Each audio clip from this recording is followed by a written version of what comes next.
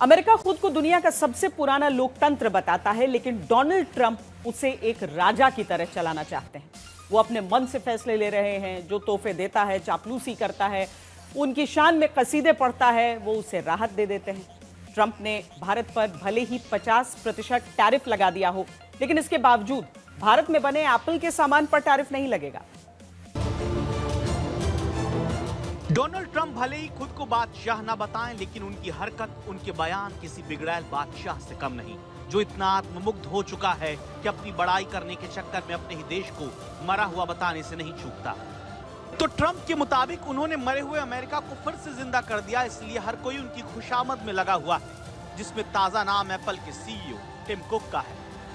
Tim cook ने Trump की शान में कसीदे ही नहीं पढ़े, अमेरिका को किसी राजा की तरह चलाने वाले ट्रंप को खुश करने के लिए तोहफा भी दे दिया।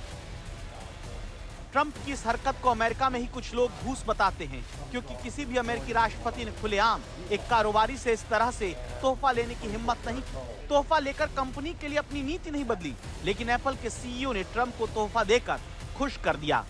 डोनाल्ड ट्रंप को जो कस्टम मेड गिफ्ट दिया गया है, वो एक ग्लास डिस्क है जो 24 कैरेट सोने के बेस पर लगी है। इसमें इस्तेमाल ग्लास एप्पल के सप्लायर कार्निंग ने बनाया है। आईफोन में भी इसी ग्लास का इस्तेमाल होता है। बीच में एप्पल का लोगो लगा है। ट्रंप का नाम ऊपर की तरफ गुदा है, जबकि नीचे कुक के साइन दिखते हैं। साथ ही मेड इन यूएसए और साल दर्ज है 2025।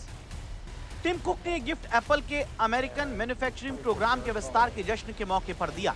इस दौरान कुक ने एडिशनल 9 लाख करोड़ रुपए के निवेश का वादा भी किया, लेकिन जो सवाल लोग उठा रहे हैं वो अमेरिका में आईफोन की तरह मैन्युफैक्चरिंग का है, क्योंकि जो भी बड़ी बड़ी बातें कही गई उसमें इस बात का कहीं भी जिक्र नहीं कि अमेरिका में भारत की तरह आईफोन बनाए जाएंगे।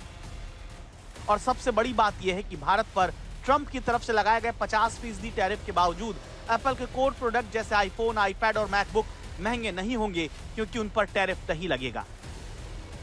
इससे पहले डोनाल्ड ट्रंप कतर से $400 मिलियन का बोइंग 7478 जेट तोहफे में ले चुके हैं।